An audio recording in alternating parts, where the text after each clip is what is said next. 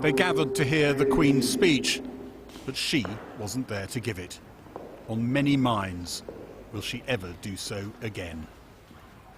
Absent for the first time in 59 years, a space where she would normally sit and her crown in front of it. After last year's COVID-compliant Queen's speech, a full House, missing only the headline act. MPs came to hear Prince Charles reading out proposals for 38 bills, shaped, the government says, by one driving aim. Her Majesty's government's priority is to grow and strengthen the economy and help ease the cost of living for families. Her Majesty's government will level up opportunity in all parts of the country and support more people into work. Amongst the measures, a push for gene editing, one of many areas Prince Charles has commented on in the past. Today, all opinions were under wraps. Her Majesty prays that the blessing of Almighty God may rest upon your councils.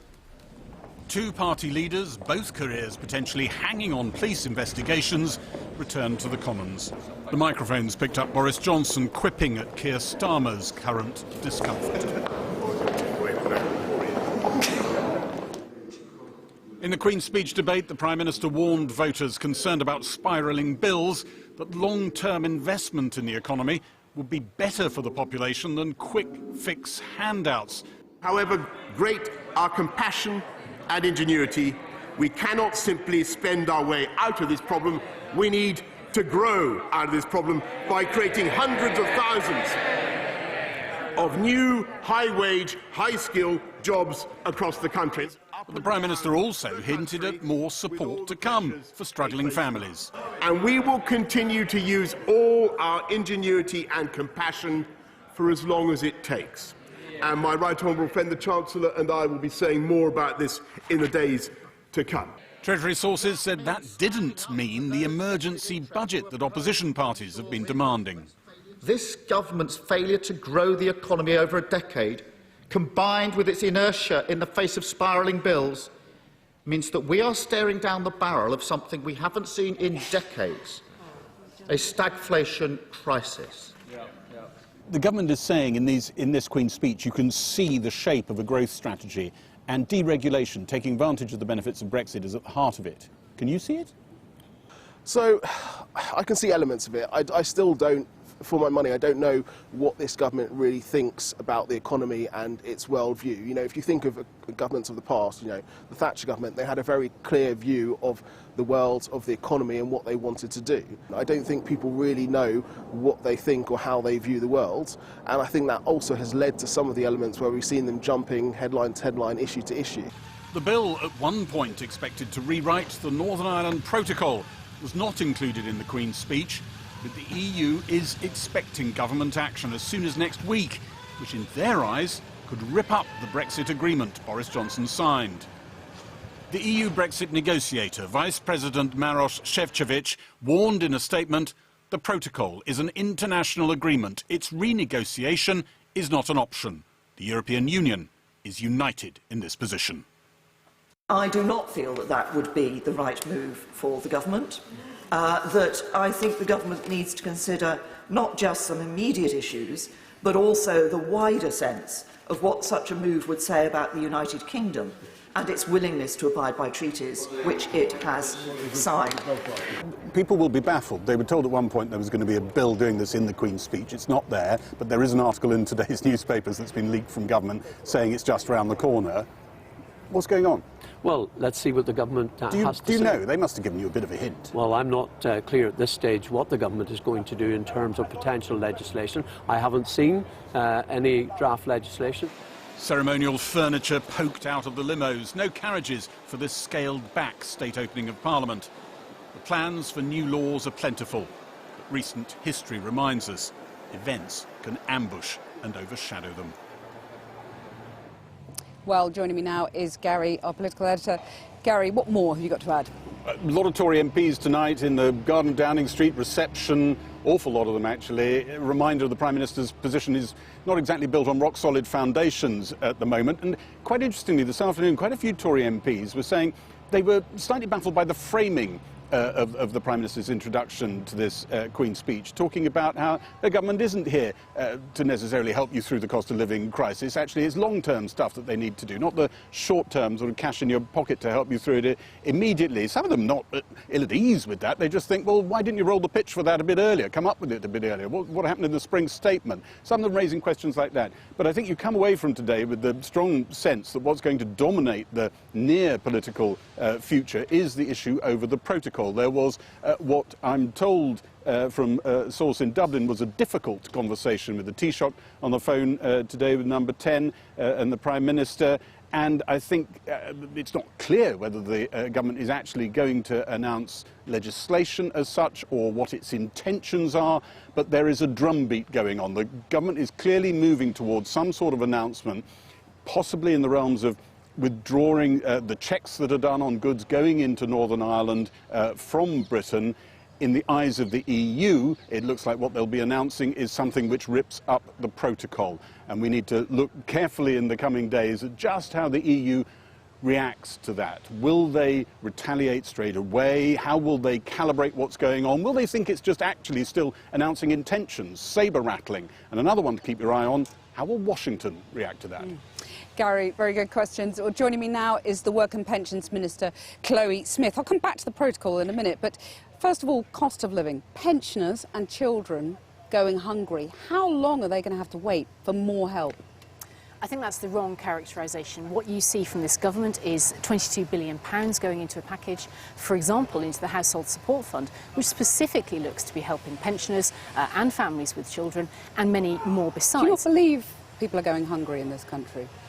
I'm telling you the way that the government is helping on this really important issue of our times. We have put the help out there, the package I've just been referring to, including help on energy bills, including help for households, and including more besides. And then you see the measures that we have in the Queen's speech today, which are looking at both the short-term needs and the long-term needs. For example, the energy bill is looking at our long-term energy sufficiency. These are the important elements. Boris Johnson says in the coming days there will be more help. Has he told the Chancellor, do you think? Well, I can't comment on any private conversations that might or might not have taken place, but the point is this. The government is already helping households with the cost of living. So I've given you the numbers. Then? There's not more help coming in days. It's going to be months, isn't it? We'll be talking plenty more in the coming days about this in Parliament because we'll be debating the Queen's speech. But will you be delivering extra help quite soon? rightly, Not the in the Prime autumn, Minister but is soon. quite rightly the Prime Minister is fully focused on this. That is why he's been chairing cabinet and government meetings on exactly this issue, because we acknowledge that there are pressures on households. We know that that is happening. We are delivering the help. And this Queen's speech is all about growing the economy, which increases households' own resilience and makes sure that we've got that growth. But is the Prime Minister saying what people want to hear, leaving the Treasury to sort of scrabble around and work out how to deliver it? And the reality is you can't deliver anything more until the autumn, as the Treasury's repeatedly said. I think it's absolutely clear that what you've seen in the Queen's speech today is, in fact, responding to people's priorities. You've got the package on cost of living, which I've already now gone through a number of times with you. We've also then got other ways in which we are responding to what people want us to be delivering upon. I think top of which is recovering from the aftershocks of the pandemic, looking for economic growth, because that means we can help more people into work, and that in turn is, of course, also helpful for people in terms of household costs. Does your heart ache when you hear about people struggling to heat their homes, pensioners struggling to heat their homes, and children going hungry? Does that make you feel sad, a sense of shame? Of course it makes me feel very sad, and that is why, in fact, that is why I and many others are in politics, because we want to help people. That is why then the government has put out a package of £22 billion to help with the cost of living, including ways in which households can apply. For example, you mentioned pensioners. That is there to help them. And also, I would urge them to be applying for pension credit, because what we need to do is also make sure people are taking advantage of the help that is out there already. But the help is out there already. As a minister for the Department for Work and Pensions, I care about that very deeply indeed. And benefits is in your bailiwick. Benefits rising by just 3.1%, pay growing by just 4%. Inflation's going to peak at 10%. Well, these are the challenges of our times, and what you see in the Queen's speech today is the kind of leadership that will help us respond to these challenging times. But in terms of benefits uprating in particular, there are good reasons why successive governments use the September CPI figure. That is what is happening there, as you well know yourself, Cathy. We acknowledge then that there remain pressures on households, and that is why we have acted. That is why we're delivering help on energy bills. That is why we're delivering help through the Household Support Fund and other ways besides. So what you also saw in the Queen's speech today was a priority given to targeting environmental protesters, privatising Channel 4, scrapping the Human Rights Act and doing a UK Bill of Rights. Are those things more important than stopping employers firing pregnant women? What you saw in the Queen's speech today was a spread of 38 bills. But just answer that question. Are those priorities more important? Bills, which didn't have the employment bill, which a spread of 38 bills which deliver on a range of priorities. They will be delivered as soon as parliamentary time allows. I can't wait to get started on that programme, because actually I'm looking forward very much to a particular specific source of help that I can give to people, which is those who are nearing the end of their lives. We are going to be improving the way in which people can get access to welfare at the end of their lives, at that most challenging of times. Okay, so that is a very good example of a priority that is there in the Queen's speech. But I just wonder why the employment bill wasn't there. Is that less important? Must be, because you've got other things in there, you know, tackling protesters, privatising Channel 4. Why is it less important? There's a range of bills. But why is that less important? There is a range of bills in the Queen's speech, Cathy. There is also a further session after this. We have 2 parliamentary sessions in which we will be hoping to be able to deliver people's priorities. That is the key point from today's Queen's speech. A range of bills which cover a range of topics. You're quite right, they cover a wide range. And there will be more besides, because we remain committed to the things we've spoken about in our manifesto and more widely. If I could just ask you to just hold on there, because I want to come back to what you said about vision and priorities, but I just want to turn first to the Shadow Leader of the House, Thangam Debonair. You just heard from Chloe Smith there, all the measures that the government set in place. So how would you pay for extra help beyond the billions that the government's already shelled out? Well, we would, of course, make the cost of living crisis our #1 priority, because that's what people are telling us at the moment is causing them the most angst and worry. So a long-term plan is, of course, necessary, but it doesn't deal with people who are struggling to pay the bills right now, today, and are already worrying. So how would we pay for your emergency budget? The oil and gas companies that have, by their own admission, been making vast quantities of profits, they've even been saying themselves, bosses of oil and gas companies have been saying they've got more money than they know what to do with. We would have a one-off windfall tax, which would raise £3 billion. And that would help with the short term. Now, the short term, if we were able to cut energy bills for all households by £400 and others by £600, that would both help them with their energy bills, but also help people to be able to manage with other costs and to spend money elsewhere. But it would raise £3 billion, and you already want to scrap the £12 billion national insurance rise. So, I mean, you know, the government's entitled to say, isn't it, that you would chuck more money into this without knowing where you're getting from and just fueling inflation into the bargain. I mean, debt interest already cost £70 billion last year. Isn't it extraordinary that after 12 years of Tory government, we've effectively got a Tory government that's got high taxes, 15 Tory tax rises in the last 2 years alone, that's got low growth, low productivity and rising inflation. We are running dangerously close to stagflation. That's on the government. So the first thing I would say is we need to grow the economy. These are massive global challenges. Don't pretend that Labour's got better ideas than the Tories to fix these enormous challenges, the pandemic, you know, war in Europe. These are once-in-a-century challenges, aren't they?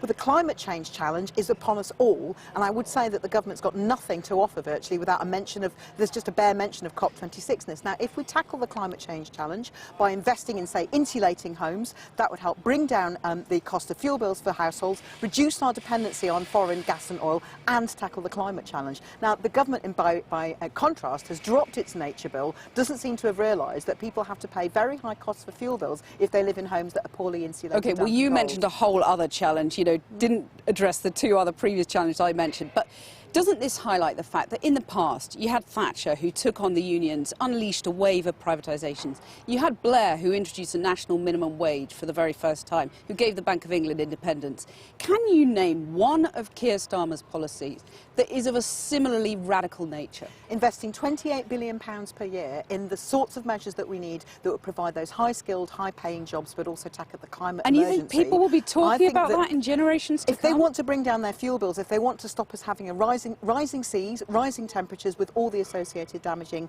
problems that will happen as a result, yes, I think they will. Well, let me turn back now to Chloe Smith. Same question to you. When you look at what Thatcher did, what Blair did, these were radical prime ministers. Name one policy that Boris Johnson can compete with on that level. I think that's a rather easy question, taking us out of the European Union. Right, OK, but that's done and dusted. What's coming up? The afterwork of that, which is to then capitalise on those freedoms. So that is amongst the 38 bills that you see today, which is ways in which we can make sure that our regulatory environment here work for British businesses. And that goes right back to the central point, which is jobs. Today's Queen's speech is all about the economic growth that we need, which will help households and help us all recover from the pandemic. What's Johnsonism then? Johnsonism is to have got Brexit done and then move forward to exactly these points, to be able to deliver on the people's priorities and, right now, because circumstances have determined it, to be able to help us recover from the pandemic. Last one to you, Thangam Debonair. Because Keir Starmer offered to resign, he put the prospect of his resignation on the table. Could you win under another Labour leader? This could be the last Queen's speech before the general election. Could you win that election under a new leader? I expect that we're going to go into the next general election with Keir Starmer as a leader. The man is Mr. Rules. He's checked every single part of the rules that there are. I expect him to he said he would resign if the police find him guilty of breaking the rules, but I don't think he's going to. I didn't answer the question, though. Would you lose if someone else takes over? To be honest, that's not even a question I'm contemplating at the moment, Cathy, because we've got an excellent leader in Keir Starmer. There is no vacancy, and I fully expect him to be leading us into the next general election and then moving into number 10. Thangam Debonair, Chloe Smith, thanks both very much for joining us.